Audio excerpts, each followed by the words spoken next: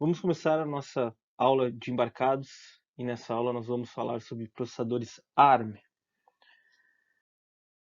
A primeira coisa que nós temos que discutir sobre o ARM antes de a gente entrar em detalhes sobre o processador é se os requisitos são os mesmos comparados com sistemas embarcados e computadores de mesa. Olha só, o ARM é o grande representante hoje no mercado de embarcados, a gente acha em tablets, em smartphones e vários outros lugares. E em computadores de mesa e propósito geral, nós temos o x86, ou mais recentemente, ou não tão recentemente assim, a versão de 64 bits, certo?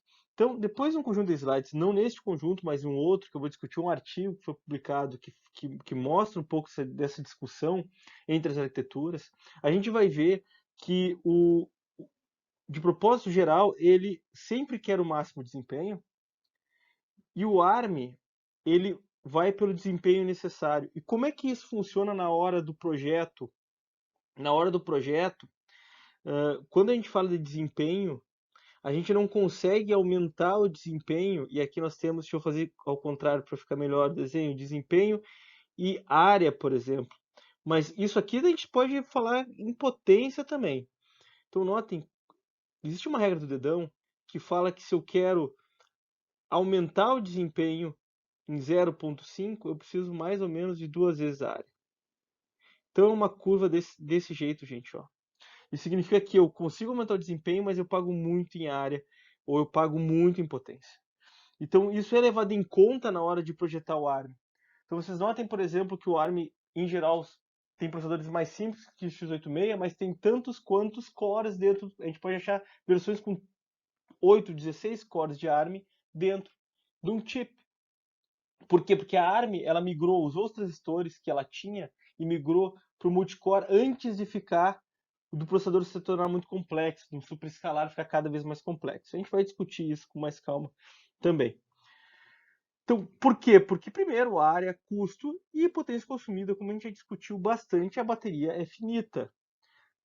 Área no chip, tamanho e memória, que no sistema embarcado é em geral mais barato que o PC, e o custo tende a ser menor, certo? Então, notem que a escolha de projeto não é escolha certa ou errada. A Intel e a AMD, quando fazem o projeto, elas sabem que elas estão pagando mais em potência área para aumentar o desempenho de um único core, enquanto a ARM não. A ARM ela chega a um ponto que estabiliza e prefere, por exemplo, investir em outras coisas, como por exemplo mais cores, ou fazer, também nós vamos ver o Big Little, o Big Little. Então, não há certo ou errado, mas há sim motivos de mercado e de requisitos para uma ou outra, ele para um lado ou outro, e nós vamos discutir mais isso também. Uma outra coisa é que a ARM ela é uma família de processadores, e a gente, se vocês fizeram organização de computadores, o conceito de família foi introduzido pela IBM e hoje o conceito de família mais famoso é o da Intel. Então, com algumas raríssimas exceções, a gente pode pegar um programa escrito para 8086 e executar no Core 7, no último Core 7. E a ARM também é uma família. Por que é importante uma família importante? Porque se eu tenho um código escrito há 10 anos atrás, certo? Está aqui meu código, eu fiz um bubble sort, e esse código aqui, se eu seguir o conceito de família, ele vai conseguir executar no meu processador de 2020, mesmo ele tendo sido escrito para um processador que foi feito em 2010, porque eles são da mesma família. Então, a família, ela permite compatibilidade retroativa de código. Notem que o contrário muitas vezes não é verdadeiro. Eu escrevi um bubble sort com um compilador para um processador ARM mais novo, não necessariamente vou pegar esse binário aqui, e conseguir executar nesse processador, certo? Então só funciona do passado para o futuro.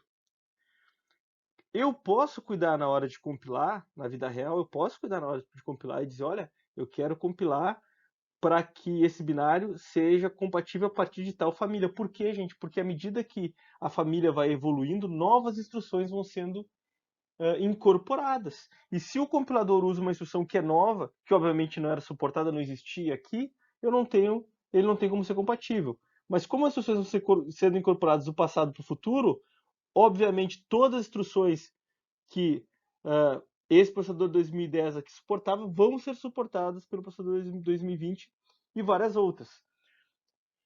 A gente discute bastante isso novamente em organização e eu costumo comentar que isso é uma herança maldita da Intel. A Intel tem um grande problema porque ela gasta uma grande parte do processador dela decodificando instruções que são pouco utilizadas para manter a compatibilidade binária de código, certo?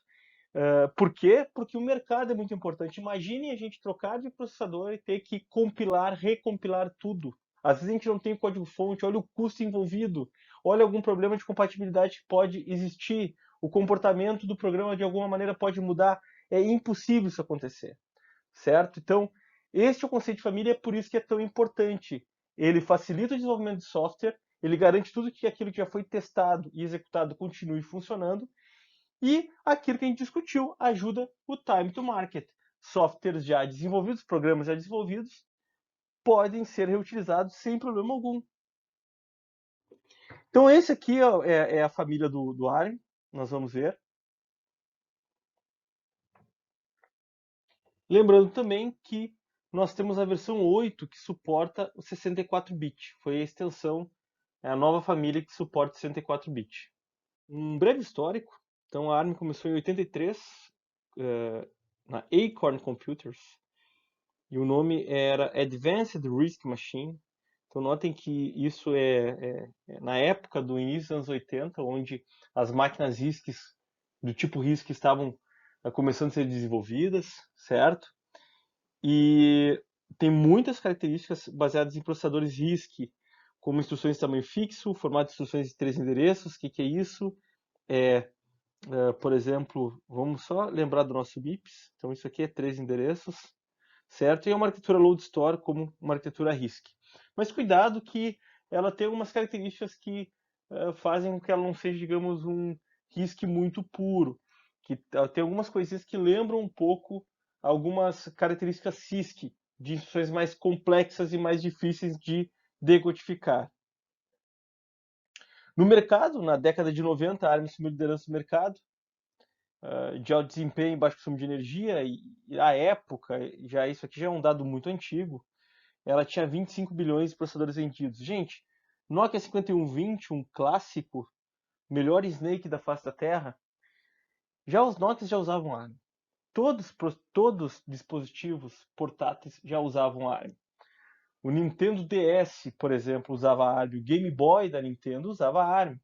Então, o ARM foi lá para suprir uma demanda no mercado que surgiu e que, à época, inclusive, a Intel ignorou um pouco.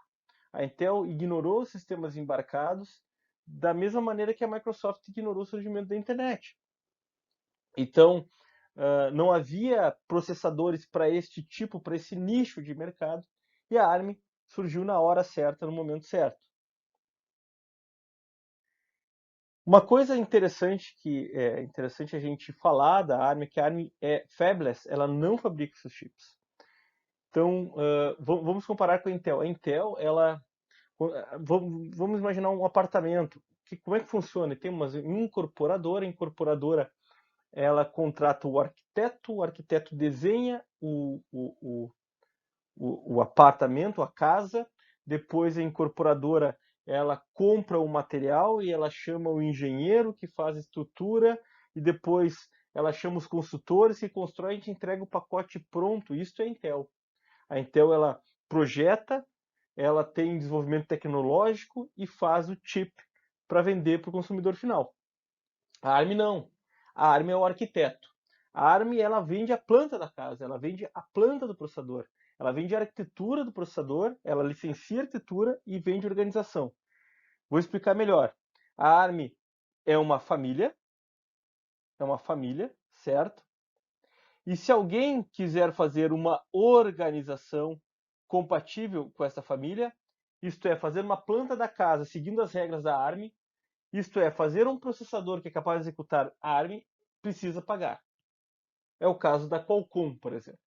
Mas a ARM também vende alguns templates, digamos assim, de arquitetura, de microarquitetura, de organização, que obviamente executa ARM. Então, a gente pode fazer uma vaquinha e chegar a ARM, eu quero comprar o A72. A ARM vai lá e vai nos dar a microarquitetura, a organização do ARM72. O que a gente faz com isso? A gente vai contrata uma empresa para fabricar isso aqui em silício para nós. Por exemplo, a TSMC ou a Samsung, para fabricar isso para nós. Mas o que eu quero dizer é que a ARM, ela não entrega, nunca vai entregar o chip. Ela vai licenciar o direito de eu fazer um processador compatível com a ARM, ou ela vai ter microarquiteturas pré-definidas que ela vai vender para nós, nós vamos poder mandar fabricar como está ou customizar. Por exemplo, novamente, uma planta de uma casa que a gente pode mudar a janela de lugar, ela tem algumas coisas fixas, os quartos são fixos, a sala é fixo, mas eu posso colocar uma lareira no lugar, eu posso mudar um pouquinho a porta, eu posso trocar o tipo da janela. É exatamente assim que funciona a ARM, e ela tem milhares, aqui fala mais de 900 empresas, mas ela tem já milhares de empresas parceiras que ou pagam royalties para usar a família, ou compram a organização pronta para usar diretamente ou para fazer modificação. A Qualcomm, por exemplo, é um exemplo de empresa que tem seus próprios chips ARM compatíveis com a ARM. Então, ela paga a ARM para usar a família, mas ela faz o nome desses chips são Snapdragons. A Samsung, historicamente, já usa processadores diretamente projetados a ARM, certo? Então varia bastante, não há uma regra fixa. Por que é tão importante assim ter uma família? E como é que a ARM, professor, olha só, por que eu vou pagar a ARM para usar a família para poder executar as instruções que ela projetou se eu simplesmente não posso pegar um conjunto aberto de instruções? Por dois motivos. Primeiro, tem todo o legado de software, tudo está escrito já com ARM, tudo está funcionando, tem milhares de versões, sei lá, de Android que foram compiladas e testadas para ARM. E tão importante quanto, eu tenho todo o ferramental, conjunto de ferramentas, depuradores, compiladores, tudo, que tem anos, 20, 30 anos de desenvolvimento para ARM. Então, quando eu pago para a ARM o direito de eu projetar um processador, eu não estou pagando apenas o direito de executar instruções, eu estou tirando vantagem, eu estou obtendo a vantagem de usar todo o software já escrito para a ARM, inclusive todas as ferramentas disponíveis, que realmente como muita gente usa, muitas empresas usam, tem um conjunto muito grande. É a mesma coisa do Linux, gente. Faz tanto tempo que existe coisa no Linux e gente colocando coisa dentro do Linux que seria possível começar um outro sistema operacional do zero, melhor, ou com algumas outras features melhores que do Linux. Mas é praticamente impossível porque já tem tanta coisa desenvolvida que o fator econômico, a força econômica para se mover de um lugar para o outro seria enorme, certo? Isso aqui é um resumão das famílias, lembrando que ainda tem a V8, que a gente vai falar nesse conjunto. Agrupados aqui em 1, 2, 3. Depois temos a 4 e a 4T. A 4T foi porque surgiu o Thumb, nós vamos falar disso. Aí depois nós temos a família 5, então a 5 e a 5EJ.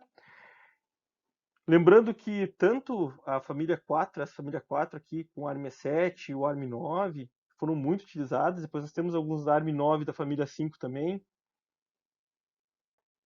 E a diferença dessas famílias de arquitetura, a arquitetura é o que? Olha aqui, gente. Melhor, um thumb melhor, vamos explicar o que é thumb, instruções DSP, aí vamos para 5TJ que executa bytecode Java, aí na C já temos Single Instruction Multiple Data, multiprocessamento, suporte a multiprocessamentos aqui é importante, para multicore, aí chegamos a 7, que tem Neon, foram alguns processadores super escalares também que entraram na 7, apesar disso não ser uma característica da arquitetura, mas essa família foi caracterizada por microarquiteturas ou organizações, são sinônimos, microarquitetura e organização, do tipo superescalar para executar a família 7. E aí também temos a família 8 que a gente vai discutir. A família 7 ela é subdividida em ARM, que é ARM, certo? Depois a gente vai ver, basicamente, isso aqui é o desempenho real-time e microcontroladores. Isso aqui mais para consulta de vocês, é mais curiosidade. Então, o ARM surgiu como... Depois, no início eu falei que era Advanced RISC Machine, mas o nome inicial do ARM, na verdade, Acorn RISC Machine, porque a empresa era Acorn. Notem que teve um momento na vida da ARM que a Apple, inclusive, investiu bastante e teve um boom da ARM também foi por causa do investimento da Apple, que a Apple tinha interesse nisso aí na época, certo? Então, nós temos 16 registradores visíveis de propósito geral na ARM, 16 registradores visíveis de propósito geral que a gente pode programar. Nós temos um registrador de estado, que isso aqui não é muito comum em processadores RISC. Isso aqui é comum em processadores CISC. Então, com flags de 0, por exemplo, certo? E ou de negativo e assim por diante, que são atualizadas conforme a execução das instruções. Ela tem execução condicional, conforme essas flags, e tem vários modos de endereçamento que também é um pouco diferente da arquitetura RISC. Relembrando a organização de computadores, arquiteturas RISC, elas são geralmente eu tenho poucas instruções, com poucos formatos de instrução. Por quê? Para ficar fácil de decodificar. Porque eu quero gastar o meu hardware com a execução da instrução, não descobrindo o que a instrução faz. Puxa, professor, mas como é que os caras fizeram isso? Olha, tem um trade-off entre deixar a instrução um pouco mais complexa, gastar um pouquinho mais de hardware e, proporcionalmente falando, melhorar o desempenho.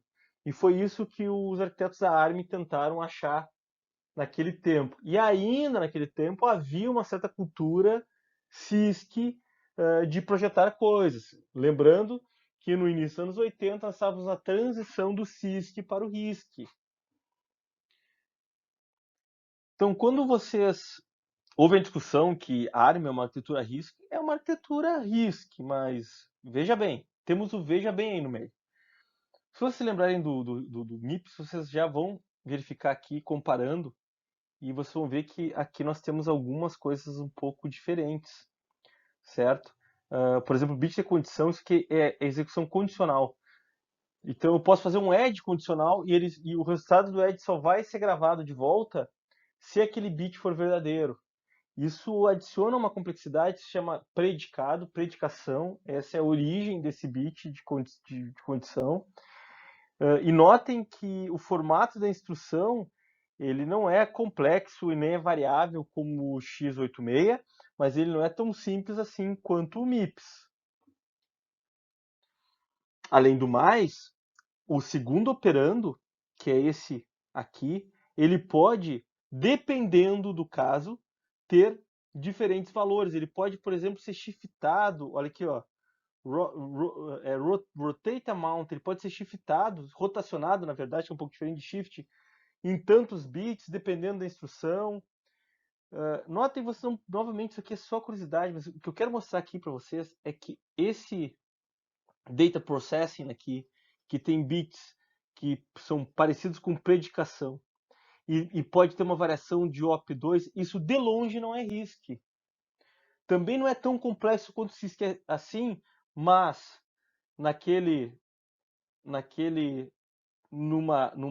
num gráfico aqui, numa linha entre CISC e RISC, esse cara não é nem extrema CISC nem extrema RISC. Ele é um centro RISC, certo? Ele fica namorando ali com o centro e o RISC. Esse é o tipo de implementação do ARM. Então, muito cuidado.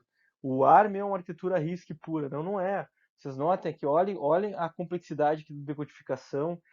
Essa história do predicado também adiciona um pouco de complexidade na decodificação e execução da instrução. Vamos dar uma olhada rápida. Eu vou passar rapidamente por esses slides. Esses slides eles são mais para vocês consultarem e para darem uma olhada no histórico do ARM. Onde que eu vou me concentrar? Eu vou me concentrar, quando eu estiver falando de alguma família, das instruções adicionais que foram colocadas, por exemplo, Switch Multiple Data, do tipo thumb, e como que elas se relacionam com os sistemas embarcados. Quer dizer, algumas, é bem bacana, porque algumas extensões, instruções, os tipos de extensão, a gente só acha no ARM, e a gente acha no ARM porque é um processador para um nicho de mercado diferente dos x86. Então, o avião do ARM foi lançado em 85, o ARM 1, o ARM 2 em 86, que foi o primeiro processador comercial com suporte com processador, e o ARM 3 tinha uma memória cache. Gente, processadores com 3 estágios de pipeline, 3 estágiozinhos, mais simples que o nosso MIPS pipeline, que nós vimos em orientação de computadores. Na versão 3, foi aí que eu falei da Apple, e foi aí que deu um boom.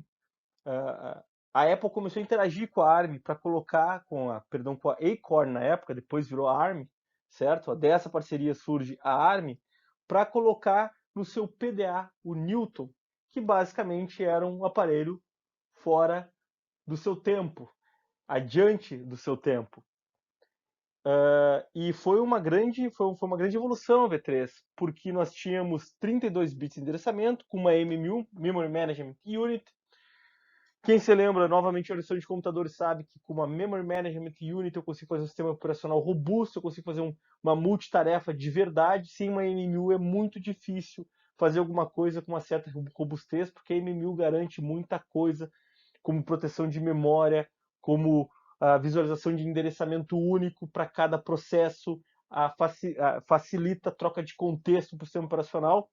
E já tinha também, olha só, operações de multiplica-acumula. Operações de multiplica-acumula, elas são muito comuns em processadores do tipo DSP. E processadores do tipo DSP são processadores que fazem o quê? Processamento digital de imagens, de vídeo, de sinais. Então, olha só, essa operação já era, digamos assim, uma dica, um hint de que este processador, o ARM, era voltado para coisas mais específicas ou embarcadas. Aí nós temos a V4. A V4 foi lançada em 96, com várias arquiteturas, exemplos de arquitetura, e com um novo modo thumb. E nós temos versões clássicas, como o ARM7 e o ARM9 dessa V4, e mais legal de tudo, Strong ARM. Sabem quem fazia Strong ARM? A Intel. A Intel dificilmente licencia alguma coisa. A Intel faz processadores, mas a Intel licenciou o ARM para fazer, na época, tinha alguns PDAs com Strong ARM dentro. No nascimento dos PDAs, tinha PDAs com Strong ARM dentro. Teve mais de uma versão de Strong ARM, gente. Então, é muito interessante. Talvez a Intel não mensurou exatamente a importância que esse mercado havia na época. Certamente não mensurou. Tanto que tentou entrar no mercado diversas vezes e não conseguiu até agora. Então, olha que legal. Esse aqui é o ARM7. O ARM7 anteriores, inclusive da família anterior, as microarquiteturas da família anterior, 3 size pipeline, busca decodificação e execução bem simplesinho. Onde que a gente achava ARM7? No iPod da Apple. No iPod da Apple. O iPod, não o iPod pequenininho que vocês conhecem, um iPod que era grandão, mais pesado que um iPhone. Em várias outras coisas, o Nintendo DS era um coprocessador, porque era o Game Boy Advance, usava o ARM7, então o DS tinha o ARM7 e o ARM9, vários dispositivos da Nokia, vários celulares da Nokia, e várias outras coisas, como roteadora DSL, mas muitas coisas. Até hoje, processadores da ARM são utilizados em diversas coisas que a gente não enxerga, não é o nosso smartphone ou tablet. O ARM9 já tinha 5 estágios de pipeline: busca, decodificação, execução, acesso à memória e gravar resultados, write back, memória de instruções e dados separadas, semelhante ao nosso saudoso MIPS de 5 estágios que a gente novamente viu em orientação de computadores. Então notem que o ARM foi fortemente baseado digamos, na forma mais popular de pipeline, essa forma de 5 estágios que a gente já estudou. Agora, isso aqui a gente não vê no x86 e no x64. Isso aqui é o modo thumb. E o modo thumb, basicamente, é um subconjunto da ISA. da arquitetura do ARM, que ocupa mais ou menos 65% do tamanho original. O que acontece? O processador ele tem um estado thumb, que é configurado através de uma instrução, certo? E eu tenho lá uma flagzinha ligada a thumb. E apesar de nem tudo ser compatível com thumb. Então, por exemplo, drivers de dispositivo e tratamento de sessões geralmente são escritos no estado ARM com o estado normal. O estado thumb é uma forma compactada de representar uma instrução do ARM, ou na verdade não todas, é um subconjunto de instruções. Como é que funciona? A instrução vem compactada da memória e se ela não tiver, se o modo thumb não estiver ligado, a instrução segue o baile, vai para decodificação do ARM normal. Mas se a instrução vier do modo compactado, ele é descompactado em hardware e segue para o hardware normal. Então eu tenho aqui um hardware extra para descompactar a instrução.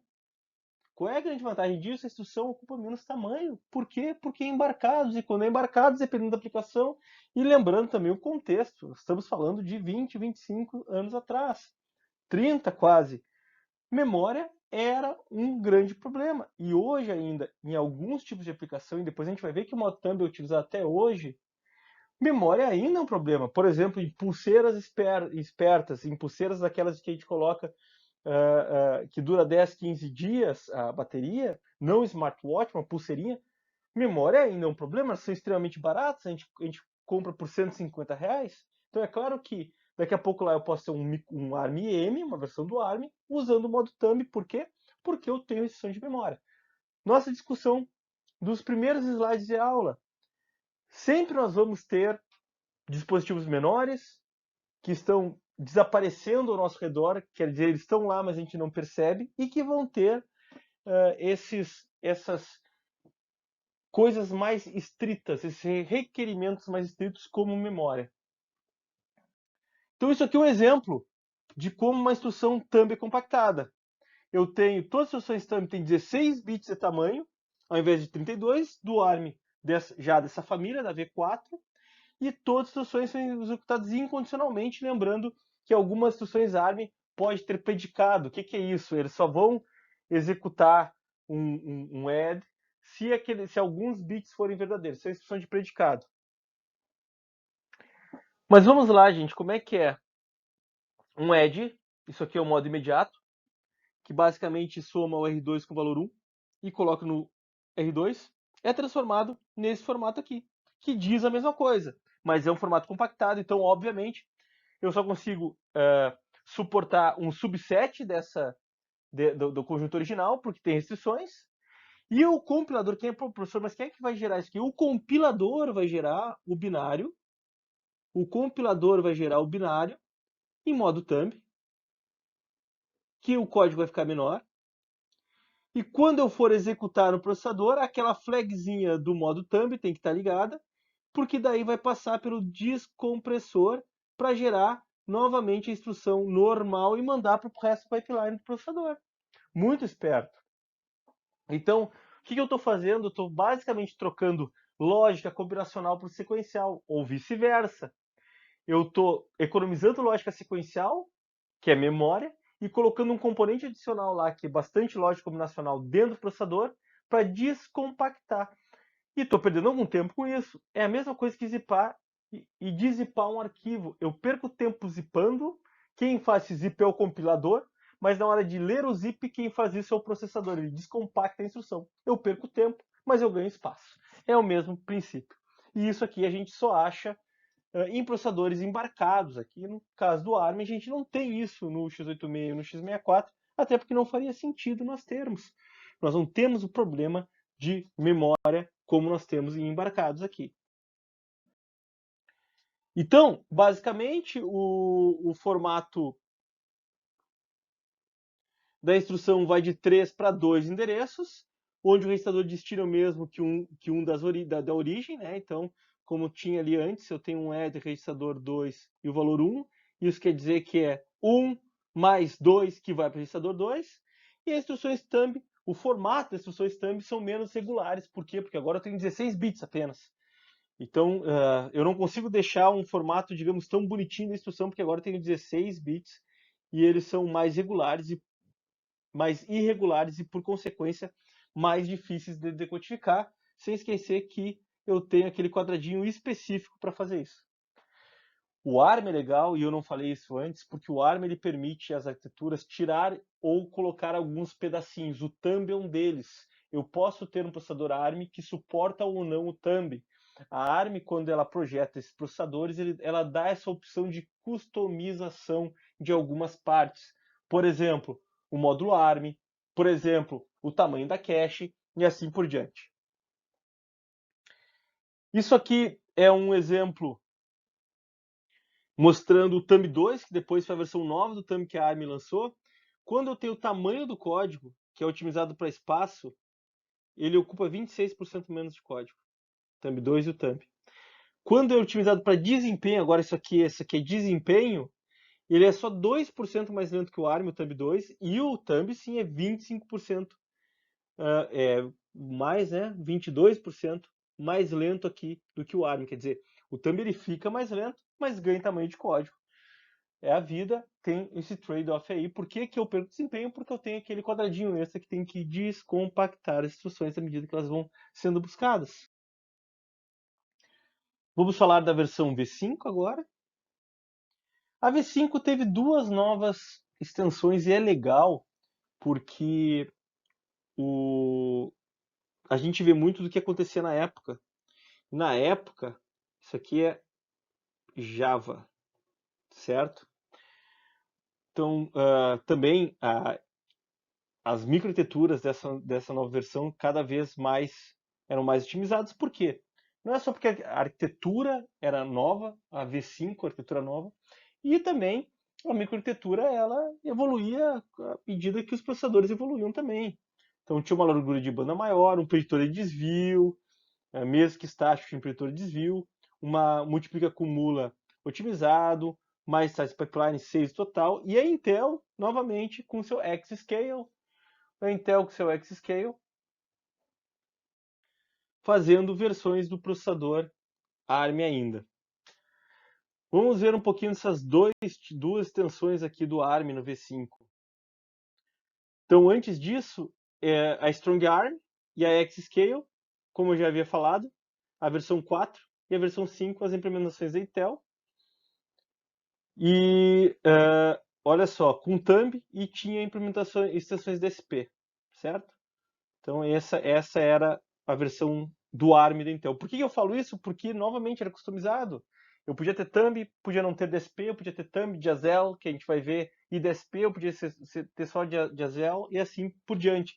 Então a ARM, ela tinha aquele template, então nota, são duas coisas diferentes. A ARM oferece um template de organização que pode ser modificado e alguns componentes que podem ser colocados ou tirados. Por exemplo, o quarto adicional. Um quarto adicional pode ser colocado ou tirado, certo? Então o Jazel, gente, o Jazel novamente é muito legal isso aí, porque reflete um pouco a época, e a época foi Java ainda é muito utilizado, mas Java estava bombando na época, foi uma revolução em termos de linguagem, por causa da JVM também. E a intenção do Jazel era otimizar a execução de bytecodes Java. Mas por que isso é necessário? Porque o bytecode Java, o processador virtual Java, porque isso aqui é uma Java Virtual Machine, uma JVM. Então, o que o JVM faz? Ele basicamente pega um bytecode e executa esse bytecode para um processador real. E isso aqui é digamos que, entre aspas, um processador virtual. E isso aqui é baseado em pilha. Então, se vocês virem arquitetura de computadores, não organização, agora arquitetura de computadores, o processador de pilha, e se perguntar onde que você usa isso na vida real, ora, o lugar mais utilizado disparado não é na vida real, é na vida virtual, é no Java Virtual Machine, é um processador de pilha. E o que o Jazel fazia? Ele fazia com que os registradores internos do ARM conseguissem se comportar como uma pilha interna, fazendo o comportamento da pilha que eu vou mostrar agora para vocês. É isso aqui.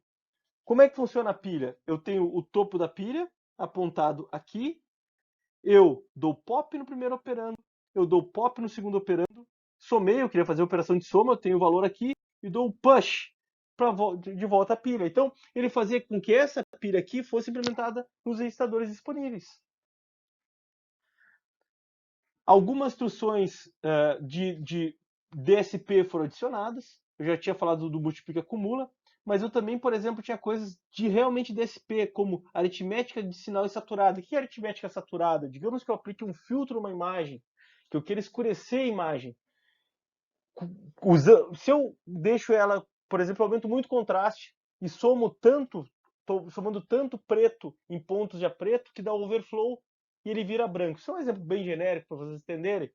Mas a aritmética saturada basicamente garante que quando eu chego no último valor possível, não vai dar overflow. E isso serve para realmente muitas aplicações. Esse tipo de coisa foi tomada de processadores que são processadores de aplicação específica de DSP, processadores que a gente chama de DSP, que eram bem comuns na época, e foram levadas para o processador ARM como uma extensão, assim como o Jazelle, assim como o Thumb. Também é uma extensões DSP. Então, olha só, eu podia ter processadores que tinham ou não MMU, tinham ou não cache, modo Thumb, multiplicador, suporte de opção, Jazelle, ponto flutuante. E aí, quando eu tinha o ARM, aqui é a série, o X era a série, o Y, MMU e o Zcash. Eu tinha todas as variações aqui. Então, as letrinhas, por exemplo, o ARM 9 alguma coisa, ele tinha, era o JF, ele tinha o Jazelle com ponto flutuante. Então, a ARM, ela tinha essa, que ela vendia, então a ARM tinha a arquitetura base que ela vendia, com vários pontos vários componentes que podiam ser colocados ou retirados, certo? Por que isso era vantagem? Porque ela atacava vários mercados diferentes. Porque se, por exemplo, o cara não vai executar Java, ele não precisa do Jazelle. Então ele compra a versão sem Jazelle. Ah, preciso de ponto flutuante, preciso de, sei lá, de DSP. Então eu coloco, não tem problema nenhum. E eu tenho uma versão customizada para o meu mercado. E isso não existe em processador de pós-geral, até hoje. O que acontece é que a gente compra sempre o pacote completo. A gente compra o processador Intel com todas as suas extensões e instruções que vão se acumulando e essas extensões estão lá no nosso Core i7 mesmo que a gente não as utilize. Então, mesmo que a gente não use, a gente compra e está lá. Certo? Então isso é muito interessante, dá uma flexibilidade muito grande. É claro que a ARM só tem essa flexibilidade, só apresenta essa flexibilidade de oferecer para o cliente porque ela não produz o processador. O cliente compra o projeto e depois manda fabricar de acordo com as suas necessidades. É como se fosse um template e ou um Lego. Tu tem algumas coisas pré-montadas e outras pode retirar ou colocar. Aí chegamos na V6, na versão 6 da família ARM, com por avanço de tecnologia, menor consumo de potência, as microarquiteturas começaram a ficar mais evoluídas. Então essa aqui é a ARM 11. Notem que isso aqui já é um processador super escalar. Eu consigo, olha aqui, eu tenho unidades de execução. Quando a gente fala em unidade funcional, em superescalar a gente costuma chamar de unidade de execução. A gente já tem um preditor de desvio melhor, então pipeline de 8 ou 9 estágios. Preditor de desvio com return stack, que é que me facilita a chamada e retorno de métodos. Uma microarquitetura que já começou a ficar um pouquinho mais robusta. Olha aqui, ó, o Mac pipeline do Mac, 3 estágios só para fazer o Mac e assim por diante. Quais tecnologias? Thumb 2, que eu já mostrei o gráfico. Então, foi aqui que a tecnologia Thumb 2 foi incluída nessa nova versão. Jazelle, já expliquei antes, e nós temos Trust Zone e o Single Instruction Multiple Data, que na Intel começaram sendo chamados como MMX, mas na verdade são instruções Single Instruction Multiple Data, que são instruções normalmente conhecidas como instruções de mídia, porque elas realmente ajudam na execução de vídeo, áudio. Basicamente, são muito boas para execução em matrizes ou vetores, que é o caso de aplicações multimídia. Então aqui tem um pequeno histórico, né? O 4T com thumb, TE, então o E para o DSP, que era o Enhanced antes, se eu não me engano, aquela lista, o TEJ com thumb, DSP e Jazelle, e o V6 agora podia ter todos, mais o Single Instruction Multiple Data. Então notem que à medida que a arquitetura vai evoluindo, a microarquitetura também vai evoluindo e nós temos cada vez mais instruções. Mas o mais legal disso tudo é que a gente não precisa comprar o pacote completo, ele pode ser customizado. Então, para que serve o ARM Extensions? Para processamento de áudio, MPEG-4, o MPEG-4, encode, decode, reconhecimento de voz escrita à mão, processamento de filtros, de transformadas, certo? Então, o que é basicamente o ARM Media Instructions, um Single Instruction Multiple Data? É o seguinte, ó. Isso aqui é uma instrução vetorial, tipo de vetor. Por quê? Se eu quero somar 4 números com 4 números, o que eu faço? Qual é o load? Primeiro operando, segundo operando, terceiro operando, quarto operando. Load ainda. O operando que vai ser somado com esse. E assim por diante. Os outros, load, load, load. 8 loads. Aí, soma, dá o valor. Soma, dá o valor. Soma, dá o valor. Soma, dá o valor. Aí eu tenho que gravar de volta. Store, store, store, store. Certo? Então eu tive 1, 2, 3, 4, 5, 6, 7, 8 loads. 1, 2, 3, 4 adds. 1, 2, 3, 4 stores. O que é Single Instruction Multiple Data? Single Instruction Multiple Data, eu faço um grande load. Claro que os dados eles têm que estar um do lado do outro. Claro que o programador é muito importante nesse processo. Muito importante nesse processo. O compilador pode ajudar, mas geralmente quando o programador faz, ele faz melhor até hoje. Olha só, eu dou um grande load e eu busco todos os dados que eu quero. E coloco num grande registrador, dou um outro load, coloco num grande registrador. 2 loads especiais, claro, vieram agora os 4 números e faço uma operação de soma. Gente, por isso, single instruction, uma instrução, multiple data, muitos dados. Gravei no meu registradorzão grande e eu faço um big store para me mandar todos os valores desse registrador para a memória de volta. Muito mais rápido. Então isso é uma instrução que a gente chama vetorial. É uma instrução vetorial porque havia processadores vetoriais antigamente. Claro que os processadores vetoriais eram um pouco mais robustos que esse tipo de coisa. Tinha um pouco mais de flexibilidade nas suas operações, mas basicamente isso é uma instrução vetorial.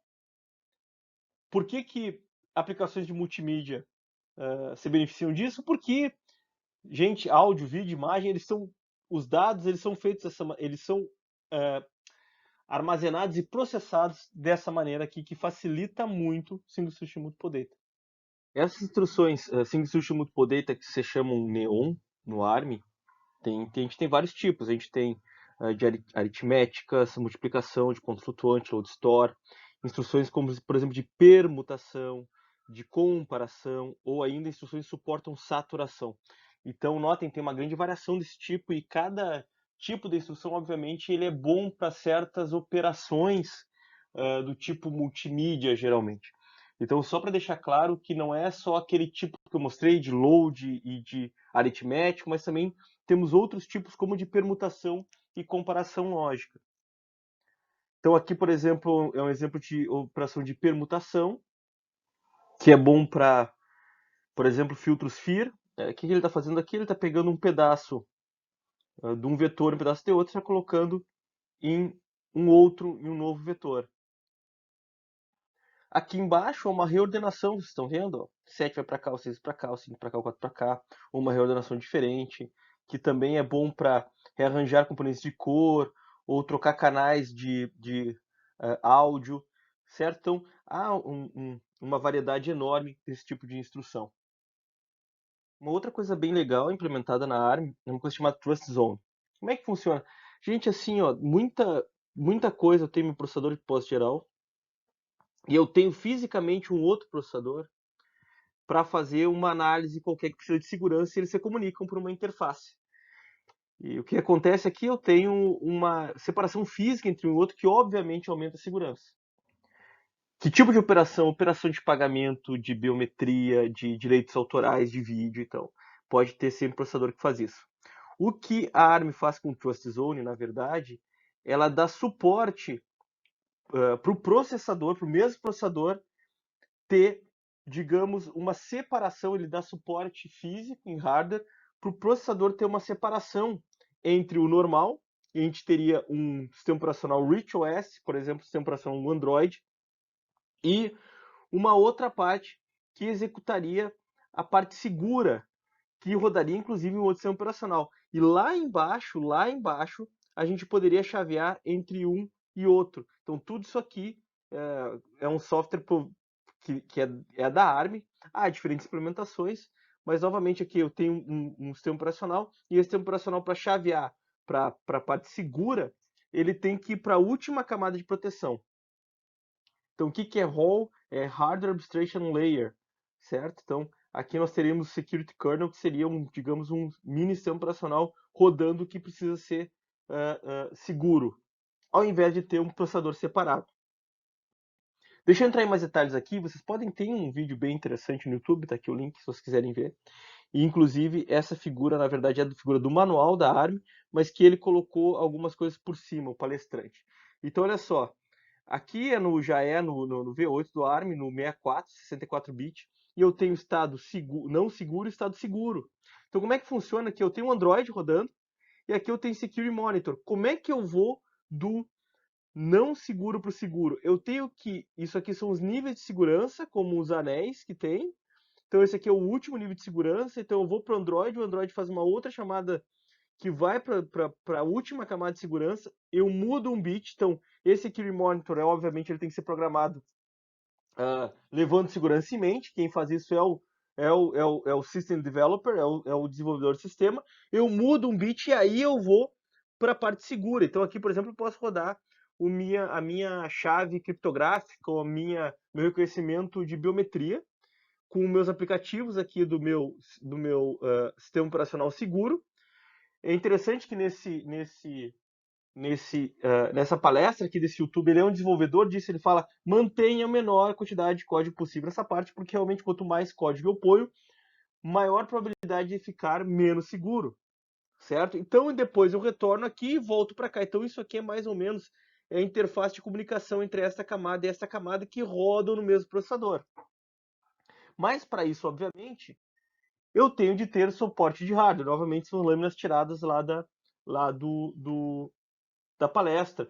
Então, como é que eu tenho, gente? Olha aqui, ó, cada registradores mapeados em memória, RAM interna, RAM externa, tudo isso aqui eu tenho componentes de hardware que são controlados pela camada segura, que me permitem acessar partes ou não de todos esses componentes aqui. Inclusive, eu tenho um DMA, um controlador DMA seguro, que serve para auxiliar em criptografar e descriptografar dados quando eu preciso fazer interface entre a parte segura e não segura.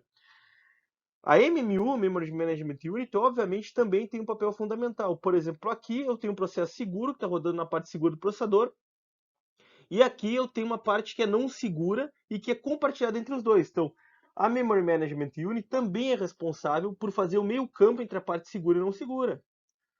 E aqui, por exemplo, a parte não segura. Estou executando a parte não segura, a Memory Management Unit não deixa eu acessar as partes seguras aqui que estão nesse laranjinha. Então, as partes não seguras é azul, as partes seguras, perdão, eu tinha falado ao contrário. Partes seguras é laranjinha. Então, o Memory Management Unit, quando eu estou rodando a parte não segura, só me deixa acessar as partes não seguras que estão aqui em azul. Então, tudo isso aqui é o suporte de hardware que eu tenho para acessar tanto a I/O quanto a memória interna, quanto a memória externa, mais suporte do Memory Management Unit para fazer com que a parte não segura não possa acessar a parte segura. Quem é que manda nisso aqui? Isso aqui, quem tem acesso, obviamente, sempre a parte segura, que é feita pelo System Developer. Então, nessa palestra, ele inclusive explica que ele é um desenvolvedor. Então, os registradores que estão no mesmo processador, na troca de contexto, quem tem que cuidar disso, quem tem que cuidar de segurança é o desenvolvedor do sistema, certo? Então, tem todo um know-how envolvido aí para programar esse tipo de coisa que não é trivial, mas é uma coisa muito interessante. Esse é um comparativo dos ARM 11, e que nós havíamos falado antes. Então, cada letrinha significa o que um ARM tem ou não tem. Então, por exemplo, aqui esse aqui é o multicore, esse aqui tem o Diazel e assim por diante. E aqui a ARM dá uma tabelinha e fala, olha, se tu quer usar para automotivo, esse aqui ou esse aqui são melhores, dependendo do que tu quer. Por exemplo, se ele precisa de reconhecimento de fala e imagem, o multicore é melhor. E assim por diante. Se eu quero wireless, eu uso esse ARM. Se eu quero fazer uma estação, eu uso esse outro e assim por diante. Por quê? Novamente, é a continuação da discussão anterior. A ARM oferece um grande portfólio de processadores. Por quê? Porque eles são componentizáveis. Algumas coisas, eu posso colocar e retirar como se fosse um componente e vendê-la para o meu consumidor, e o consumidor vai mandar fabricar o chip. Vamos para V7. A V7 é dividida em ARM, então alto desempenho, real time, a gente vai discutir um pouco sobre isso, e microcontroladores. E os detalhes são todos aqui. Vamos começar pelo Cortex-M. E a primeira pergunta fundamental é por que a ARM entrou neste ramo de microcontroladores. Primeiro, o lucro neste ramo ele é basicamente feito em cima de volume, porque como os dispositivos geralmente são muito baratos, a margem de lucro para esse tipo de microcontrolador ele é muito pequeno, então tu ganha no volume. Mas mais importante, tem um outro motivo. O outro motivo é que muitas das decisões das empresas, quando adotam uma plataforma de programar e para implementar o sistema, é basicamente porque é que todo mundo já sabe. Que é a plataforma de legado. Todo mundo continua utilizando porque é que todo mundo sabe utilizar. E esse é um dos motivos que até hoje o 8051 é muito utilizado. Então o que a ARM faz também é um movimento para entrar em outros ramos, em outros nichos de empresas. Então uma empresa tem um produto muito simples, pode usar toda a infraestrutura já pronta para a ARM, que por sinal é melhor do que para qualquer outro microcontrolador que exista, inclusive o 8051, a infraestrutura de desenvolvimento da ARM é realmente muito boa. E aí, o que acontece se tu ataca, digamos assim, tu invade a empresa com uma outra plataforma, com uma plataforma nova, com um produto novo, e quando a empresa tem que fazer outros produtos que talvez sejam mais complexos, ela vai continuar usando a mesma plataforma, certo? Notem que o Cortex-AM usa instruções thumb apenas, porque, como a gente já viu, thumb ocupa menos memória. Então ele tem aquele suporte de descompactar instruções thumb, entre aspas, ele executa direto as instruções thumb no caso, porque ele não executa instruções normais do ARM, e ele consegue ocupar menos memória com isso. Isso é muito interessante, mas novamente utilizando toda a infraestrutura já existente, todo o framework que a gente já discutiu, que a ARM oferece, o que é muito interessante em termos de solução. E nós temos várias versões do M aqui, e nós vamos ver um pouquinho mais em detalhes nos próximos slides. Mas é interessante que vocês saibam que isto existe. A ARM introduz uma nova família de microcontroladores, que geralmente são fabricados em tecnologias mais novas e são muito competitivos, tanto pelo preço quanto pela capacidade de processamento e pelo framework de desenvolvimento. E claro, como eu falei, o interesse da ARM é de entrar nas empresas também por outros nichos. Então, isso aqui é o M0 e M1. São bem simples, 3 estados de pipeline, relembrando as primeiras versões do processadores ARM. Então eles pegaram as primeiras versões do ARM e transformaram no controlador, o que faz muito sentido. Notem aqui, tem o tamanho do código, comparando o Cortex-M com os PICs e os Atmel, por exemplo.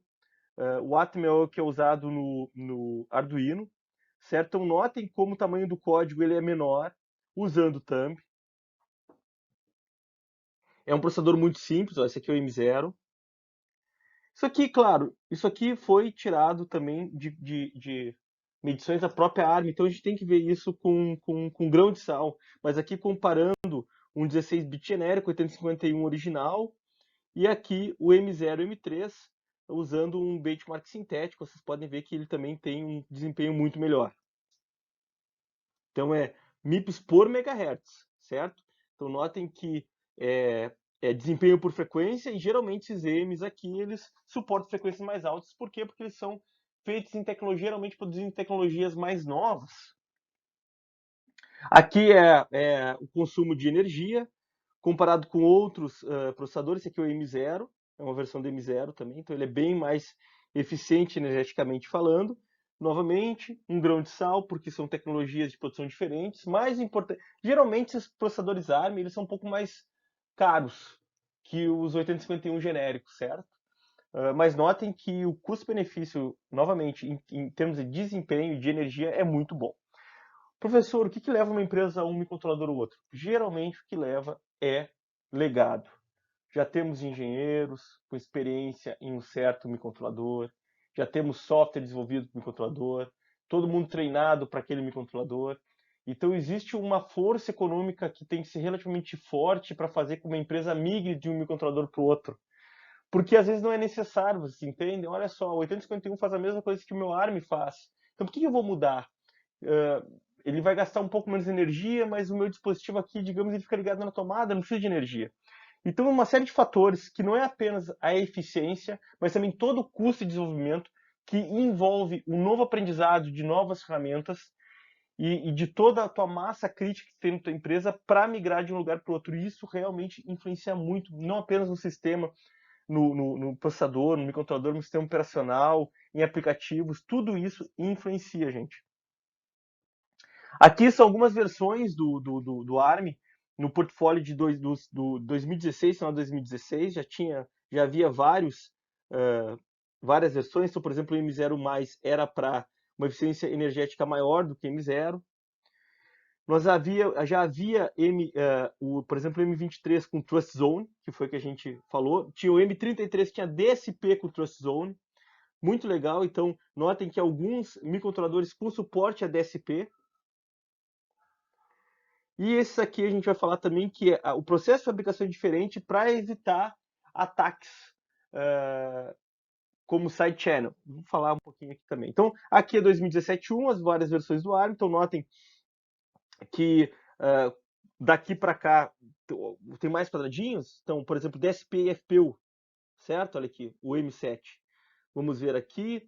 O do M0 para o M0+, aqui tinha um Memory Protection Unit, que é tipo MMU. Ok? Então aqui é um pouco mais avançado. Vamos ver aqui. O M3 aqui já tinha um suporte maior para o bus. E assim por diante, gente. Ó, o M4 com DSP e FPU. Aqui também, e aqui com cache, o M7, olha só, com cache, memória cache.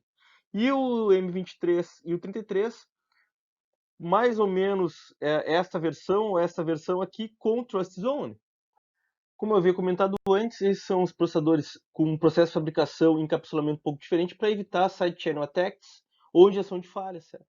Então são os M com um adicional de segurança e uma camada adicional de segurança física, digamos assim. E nós temos a versão do Cortex-R, que eles falam em tempo real, mas a gente vai discutir um pouco mais em aulas de tempo real. Há controvérsias. Na verdade, o Cortex-R ele veio para suprir um meio termo entre o M e os A, que são de alto desempenho. E na prática eles nem são utilizados tanto assim. Então aqui, no final de 2016, havia 4 versões, isso não mudou muito. Ó. Uma versão já do V8, que a gente vai falar do V8 ainda. Nós estamos falando do V7, mas há o V8 já de 64 bits, vou falar ainda nessas lâminas. Então, novamente, são organizações que são relativamente simples, in order to issue, superescalar, mas in order to issue são simples. E aqui um pouquinho mais complicado, um processador um pouquinho mais complexo, né, com out of order, rest rename e um pipeline de 11 estágios. Então, novamente, é um intermediário entre o M e o A. Aqui, basicamente, foi para substituir o ARM9 e o ARM11, seus nichos. E aqui uma comparação entre desempenho e miliwatts, desempenho por miliwatts. Só que é só para curiosidade de vocês. Algumas versões no início de 2017, depois eu vou dar um resumão de várias versões. Vocês podem notar que também, quanto mais avançado, mais caixinhas ele tem. Por exemplo, esse aqui tem o Neon, esse aqui não tem Neon, nem esse. Certo? Então, essa aqui são versões multicore, vocês veem? Aqui tem 2 cores, aqui é dual core, aqui é quad core, então aqui suporta Neon, tem FPU, aqui também tem FPU, com cache. Aqui é o dual core, que é quad-core, e aqui são versões mais simples. E finalmente a versão de alto desempenho, nosso famoso A, que é o que a gente acha em todos os lugares, certo? Então aqui já é da versão da V7, que é o que a gente está vendo agora, e aqui é da versão V8, a família V8, 64-bit, e que são processadores que têm organizações microarquiteturas bem mais complexas. Então, por exemplo, o A5 é um dos mais simples, e aqui compara com o 9, o 11 e o A5, então ele é parecido, apesar de ter um desempenho um pouco maior, tem uma área menor que o 11 e um pouco maior que o 9, mas lembrando que tecnologias de produção diferentes, tem um pipeline de 8 estágios, digamos que esse Cortex A5 está lá na borda entre os Cortex A e os Cortex R, então esse aqui é o multicore, esse aqui é um Cortex A9, um superescalar, com execução especulativa e fora de ordem, já é um processador com uma organização um pouco mais complexa, suporta Neon, por exemplo, ponto flutuante. Vários lugares foram utilizados, por exemplo, o Apple A5 é baseado no Cortex A9, o Tegra 2 da NVIDIA e a série Kal-El é baseado no A9, o Exynos 4210 Samsung é baseado no A9, então nós temos o MAP 4 da Texas tem o A9, então novamente a gente tem vários System on Chip que usam o A9. Lembrando que duas coisas que a ARM oferece, ela oferece um processador base, com pedacinhos que podem ser colocados e retirados, por exemplo, uma cache maior ou menor, e ela também oferece um processador base que pode ser modificado, e ainda ele licencia a arquitetura, e a empresa faz o processador totalmente diferente, como a Qualcomm faz. Quer dizer, implementa uma organização diferente, uma arquitetura diferente.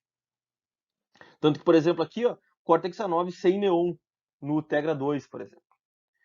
Esse aqui é o A12, que é novamente, gente, isso aqui é mais para curiosidade, vocês podem achar extensivamente a lista de processadores no site da ARM. O que eu quero que vocês entendam é que vocês têm um portfólio muito grande de processadores ARM que vocês não têm em x86, em x64, e quando vocês estão fazendo um projeto, é interessante vocês saberem por quê, porque é um trade-off entre custo e benefício. A grande vantagem é que o ambiente de programação não muda. O A12 já é um out of order, com os estágios de pipeline, com Neon, com DSP, com ponto flutuante, e que tem IPC 40% maior, de acordo com a ARM Instructions per Cycle, que o Cortex A9. Aí nós temos o A15, segue, vamos seguindo, temos o A15, e aqui o A15, isso aqui eu dei um Ctrl+C, Ctrl+V da Wikipedia, já tem um espaço de processamento maior, 15 estágios para inteiro, de 17 a 25 para ponto flutuante, out of order, three-way. Gente, isso aqui já é um processador equivalente a um processador bom de desktop. Não se compara com o Core i7, mas eu diria que, olha, é um processador de microarquiteturalmente falando, three-way, three-issue, parecido, sei lá, com talvez o Pentium 3, certo? Pentium 4 da Intel. Então não é um processador simples. Suporta DSP e Neon, tem suporte à virtualização, Thumb 2, dois tipos de GSL diferentes para execução e para compilação de just-in-time. Nós vamos ver com mais detalhes o que é just-in-time no futuro. Com um tamanho considerável de cache, de dados e instruções, quer dizer, é um processador mais avançado. E isso também ilustra um pouco do que a ARM quer. A ARM quer entrar em celulares super potentes, ela já quer entrar, não, ela está em celulares, smartphones super potentes, como os flagships da Samsung, da LG ou da própria Apple. Agora a Apple, porém, produz sua própria versão de ARM, ao contrário que antes ela usava as versões pré-prontas, digamos assim, da ARM, agora ela tem sua própria microarquitetura. Enfim, é um movimento da ARM também para ir... Notem o que aconteceu com o ARM. A ARM expandiu o seu portfólio, sua quantidade de opções, quer dizer, de processadores disponíveis de acordo com o mercado. Vamos para o V8. Então, o A53 é um exemplo do V8. Então, geralmente, esses V8 é o A53, A70 alguma coisa, são já das versões V8. V8 basicamente é uma arquitetura de 64 bits que suporta aplicações de 32 bits, é óbvio, gente, para manter a compatibilidade, retrocompatibilidade de software. Então nós temos a ISA de 64 bits chamada ARC64 e a ARC32 para compatibilidade retroativa com todos os ARMs que veio anteriormente, porque, obviamente, a ARM não ia lançar uma nova família de 64 bits que não seria compatível com a de 32. Foi a mesma coisa que na prática aconteceu com a família x86 para x64, mas isso é uma outra história, contada em organização de computadores. Notem que nem é um processador tão complexo assim, é um processador de 8 estágios e pipeline. Por quê? Porque o 64 bits também introduziu toda uma nova conjunto de microarquiteturas que vai para menos complexa para mais complexa. O detalhe sobre o V8, nós temos agora 32 registradores de propósito geral de 64 bits, registradores de ponto flutuante single instruction multiple data 32 também, e instruções adicionais de criptografia e um conjunto de instruções também para melhorar o suporte de compiladores e máquinas virtuais como JavaScript. Aqui está basicamente o ARM V5 que a gente viu, o ARM V6 com a introdução do Thumb2, Trustzone e Single Instruction Multiple Data, o ARM V7 com uma versão nova do Neon e do ponto flutuante, e o V8 com instruções de criptografia, instruções específicas de criptografia também achadas já em processadores de propósito geral. Aqui, novamente, é só uma comparação entre o A7 e o A9 e os novos da família de 64. Vocês podem ver que o desempenho é melhor nesses benchmarks. Esse aqui, o A57, é um multicore, com bastante cache, com neon e ponto flutuante. E aqui, várias versões diferentes, comparando o A15, 12 e 17 com o A53 e o A57, que foram os precursores aqui do V8, ó, da família V8. E o resto aqui, todos aqui, do A5 ao A17 é do V7, 32 bits aqui, 64 e 32 bits. Então, novamente, gente, na página da ARM também tem as versões 70 alguma coisa do ARM, então tem tudo. Esse conjunto de lâminas, inclusive, tem um material adicional que eu vou deixar para vocês consultarem. A própria página da ARM tem um material adicional, vocês podem ver todo o portfólio da ARM. O importante é vocês saberem que existem versões muito avançadas da de 64 bits e que vocês têm um conjunto enorme disponível de microarquiteturas que implementam ARM, e o mais legal disso tudo é que o ferramental é o mesmo. Então, é muito importante vocês saberem, se estão começando um projeto do zero, eu recomendo fortemente vocês verificarem o que nós temos pronto de processadores ARM, certo? Quando o projeto é muito simples, talvez seja melhor ir para um Arduino da vida.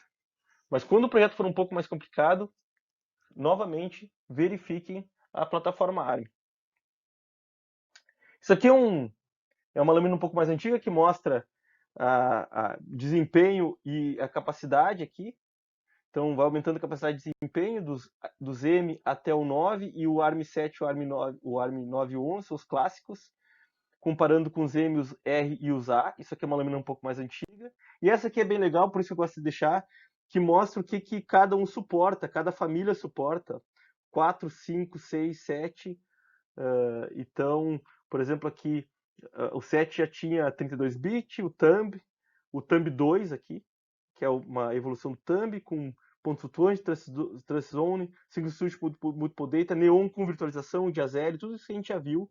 Então, à medida que a família foi evoluindo, eu fui introduzindo mais extensões. Então, notem que o A15 vai executar um software escrito para 9, mas não necessariamente o A9 vai executar um software que foi escrito para A15. Por quê? Porque daqui a pouco, por exemplo, o A15 usou Neon e o Neon não é suportado pelo A9. Isso também acontece na família x86 e x64, mas o legal é que esses caras têm compatibilidade retroativa. Esse aqui é um outra figura que mostra o histórico da família, com também é para vocês consultarem. Então, temos o V6 aqui, o V7, o V8 começou aqui em 2016, com o Trustzone começou em 2016 também, certo? A família R foi introduzida, por exemplo, em 2011.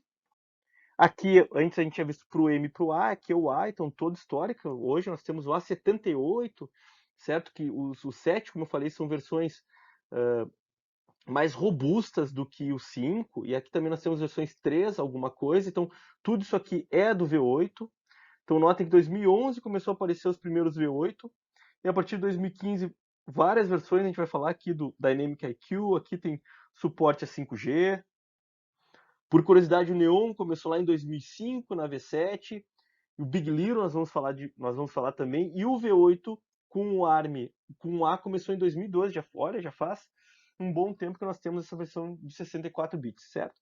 Então, novamente, olha só a quantidade de processadores portfólio que tem a ARM só dos considerados de alto desempenho. Novamente, várias versões, não vale a pena entrar em detalhes aqui, não é objetivo entrar em detalhes aqui, até senão ia ficar muito cansativo.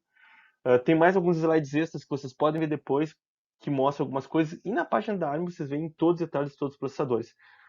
São esses processadores ou versões desses processadores que a gente acha em smartphones e tablets, ou ainda processadores implementados novamente como a Qualcomm faz, ou como a Apple faz hoje, e que são compatíveis com a família do ARM, geralmente hoje a ARM 64-bit AV8. E esse slide é um pouco antigo, mas eu gosto de apresentá-lo de qualquer maneira, porque ele mostra uma tentativa algum tempo atrás, essa notícia de 2016, de que a AMD iria fazer um Opteron baseado no ARM. Então o V8 iria para servidores. E nessa época também a Intel estava tentando entrar no ramo de embarcados com versões do Atom para smartphones. O Atom não deu certo. A gente vê que a grande maioria, 99% dos smartphones e dos tablets são ARM, quer dizer, a Intel ela não deu a importância devida lá nos anos 90, início dos anos 2000 para isso aí. E aconteceu isso, a ARM tomou conta. E nessa época também a ARM não entrou nos servidores. Por que a ARM poderia ser uma boa ideia para os servidores? Porque a gente vai ver num outro conjunto de slides, o ARM ele é bastante eficiente energeticamente e consome pouca potência. E isso é cada vez mais uma preocupação para grandes servidores de HPC, warehouse, servidores de cloud. Entretanto, uma coisa aconteceu. A Fujitsu começou a produzir suporte e processadores. Olha só, isso aqui é uma foto de uma apresentação da Fujitsu. Fujitsu está aqui, com ARM, com versão família 8, 64, com SingSushi Multiple Data, 48 cores, certo? Com PCI Express, 7 nano, uma tecnologia super nova. Por que isso aconteceu? Eles até comparam aqui com o Spark. Por que isso aconteceu? Porque a holding que adquiriu a ARM também é dona da Fujitsu. E isso aqui é uma versão do Cray com esse Fujitsu, certo? Isso em 2019. 2020, notícia de junho de 2020, final de junho, ARM-based. Então, computador japonês baseado em ARM hoje é o mais rápido do mundo. 2,8 vezes mais rápido que o IBM. Notem que, claro, que esse tipo de medida, ele basicamente é quem coloca mais processador, certo? Mas isso é muito interessante, porque o ARM geralmente não está nesse topo. Quem é que está no topo? Muitas vezes x64 com GPU ou não, ou Power da IBM. ARM não havia em supercomputadores. Então isso é uma prova de como que é uma prova também da ARM de como que a ARM está encarando esse novo mercado.